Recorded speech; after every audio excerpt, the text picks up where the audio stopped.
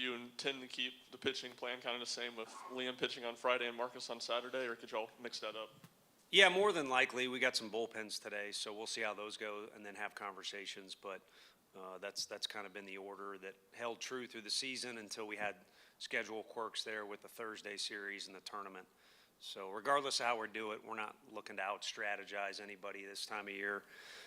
Just out-compete people or compete to the best of our abilities, and hopefully that gets us where we want. And if it doesn't, maybe the fans give us an edge that pushes us over the top, because that's been the case a few times this time of year for us when we've been fortunate enough to be in Knoxville. Yeah, going off of that, just the sigh of relief maybe ending the year the way you wanted to be able to host the regionals.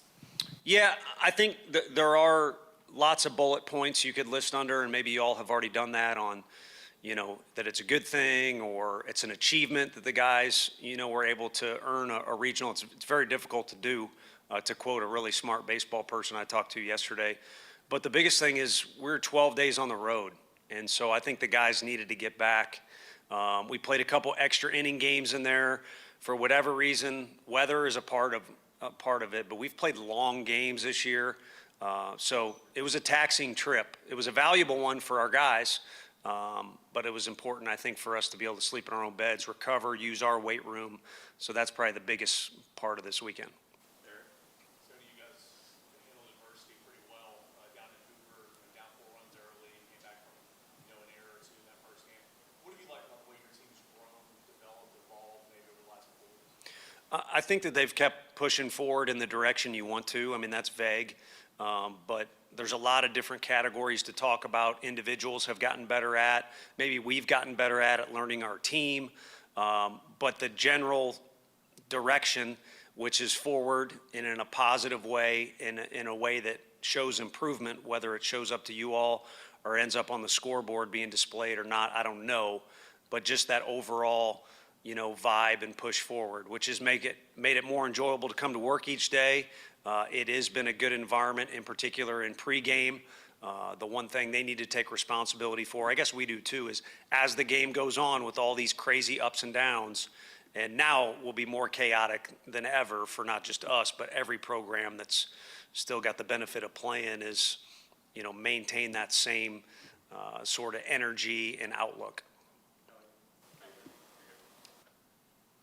Hard pass. Kind of going back to the pitching plan, y'all have, throughout your tenure, pretty consistently kept the same. What do you see as being the main benefits to keeping the same order that you've had for the regular season? I think just worrying about what's in front of you is the biggest thing. What innings in front of you, and a guy that I've got a lot of respect for, kind of in an indirect way taught me is just you got to think about the one game that's in front of you. Now, in a tournament format, you can't get blinded by the fact that there is a tomorrow and things like that, and that's maybe benefited us too, like in last year's final series we played and things like that. Fortunately, it worked out in our favor, but overall, we're just looking at the first inning against Miami of Ohio, and there's 2 other teams that'll be at our park. They'll play before us, so it's impossible to not recognize who they are. They're both talented, but really it's about the pregame and the first inning against Miami of Ohio. John in the back and then Ben in front. Yeah, to build off that, what do you know about Miami of Ohio? Obviously, you guys have never played them, the staff, and what do they bring to the table? Yeah, it's a very well-balanced team. The starting pitcher that we'll see racked up 11 wins. I don't care where you're at, who you're pitching against. There's certainly credit due there. First-year coach that has their guys playing the right way. His guys have always played well defensively, the teams he's coached, but it's not a team you could say they're great defensively or it's all about pitching or they hit a bunch of homers or steal a bunch of bases. All it is one quick glance at their stat sheet and their season. They've been very well balanced throughout the whole deal, and they had to win their tournament to get here. So they're playing good baseball at the end of the year. Tony, with Liam, I know you spoke in Hoover about thinking that he tried to throw 2 shutouts in one game. Yeah. Have you been able to identify anything else that's led to not his usual standard, his last 2 outings? Any concern about tipping pitches or maybe having a week off this time benefits him given his workload this season?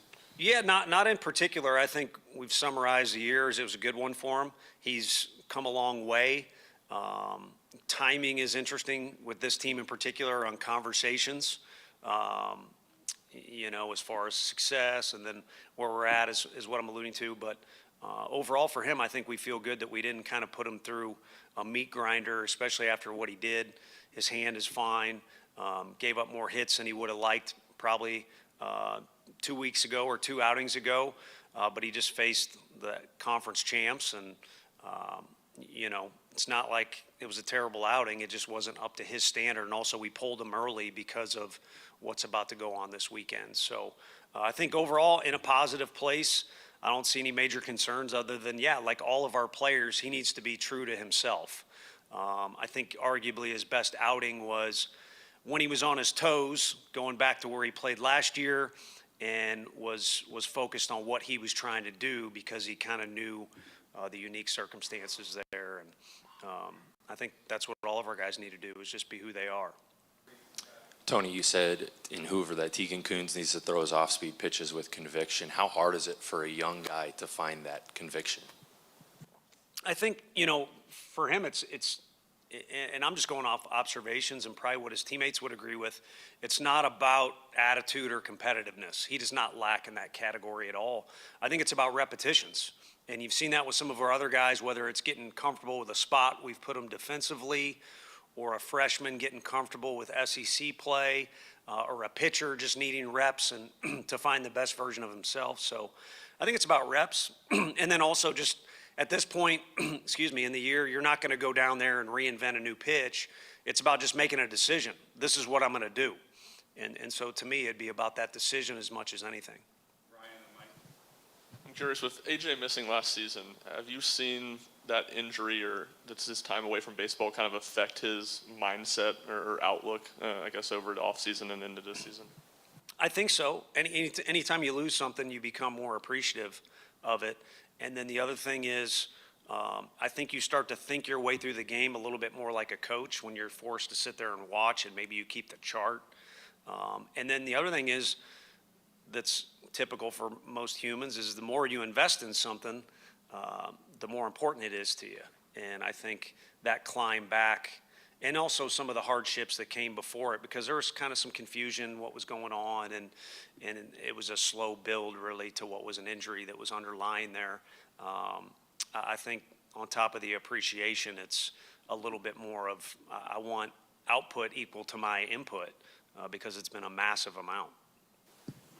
Also on AJ and Brandon, when they pitch like they do in Hoover, how does that change the overall profile of the pitching staff? And does it make you think maybe that's a starter out of one of them now, or do you kind of keep them in the roles they're in?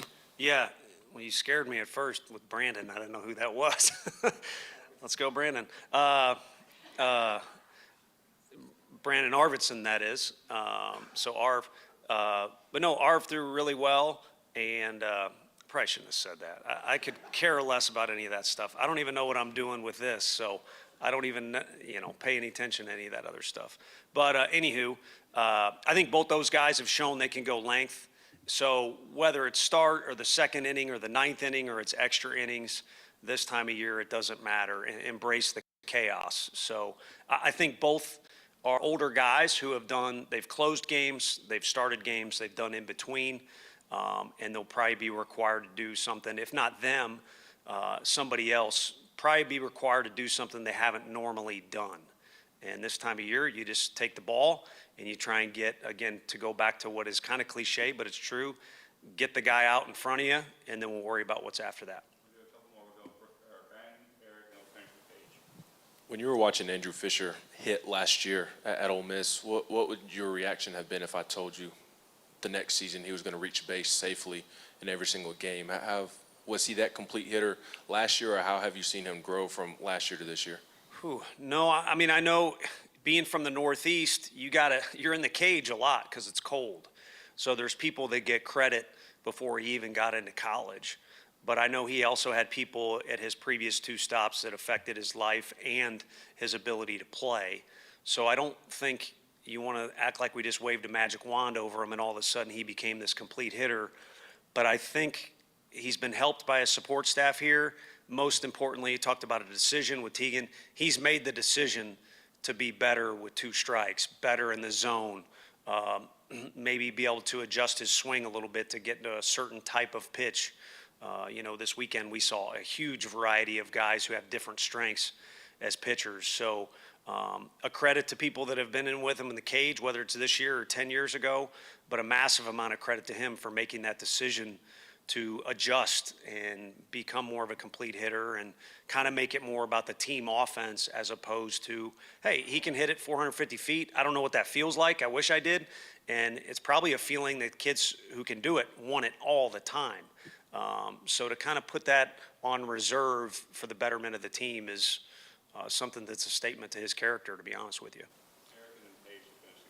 Going back to Mike's question about AJ and Brandon, knowing it's all hands on deck this time of the year, how is that problematic for you guys maybe in trying to manage, when to push that button, when to send in this guy, or maybe want to save this guy for this scenario, knowing that obviously you got to win the game at hand?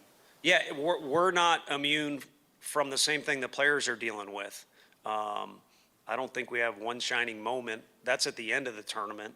Whatever's at the beginning of the tournament. I mean, March Madness is maybe the biggest moneymaker there is. So I got to believe there's a bunch of TV promos and things that get you all juiced up. But my point is, it's dangerous for us and the players to overthink things or to over strategize or to think you got to change who you are because there's a new label to this game or there's a blue circle on the outfield wall now. I think you just kind of roll with whatever you think is going to help you win the game. And again, that's us and the players included. And you will not be, I don't care whether it's, Pat Casey's a legend and they win back-to-back national championships where he's at. Somewhere along both of those, and he probably can remember them, there was mistakes that either the players made or the coaches. Those will happen. You need to continue forward, kind of like our team has done this year, keep pushing forward and just do what you think is going to help you win. Maybe building off of that last sentiment you just had, I think maybe at this point in the season, mistakes are maybe highlighted more or emphasized a bit more. How do you avoid, or what are those conversations like where maybe the team is getting in their own way in certain games? How do you maybe push past that at this point in the season? Yeah, I think part of what is at the underlying root of the word confidence is it probably means you've had success in that category before. So you reflect on history or you got, kind of a little imaginary notebook of things you've done or seen. Same thing. Look back no further than the SEC tournament. Plenty of mistakes to learn from. So you either win or you learn. Our last game, hopefully there's a lot to learn from there. We'll talk about it a little bit today. It's been light since then. And then the previous 2 games is we made some big mistakes in that Alabama game, but it was like, let's just keep playing. And then we were down in the Texas game and staring down the best bullpen and one of the best 1-2 punches in the country out of the bullpen. And the guys were able to adapt and find a way to get a W there. So that persistence in that game, that composure in the first game, and then the flaws that we're all flawed, and of course our team is too, that occurred in our final effort in Hoover can help us. And then, the thing about our league is, and similar to the ACC and some others, it'll beat you up, but it'll also prepare you. So I think our guys can call on a lot of different things that have occurred in the past to help them in the future, but more importantly, present.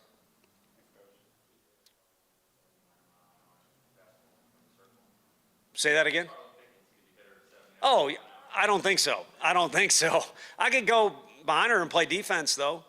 That was my specialty. So, all right, I'm going to be done before I say anything else political.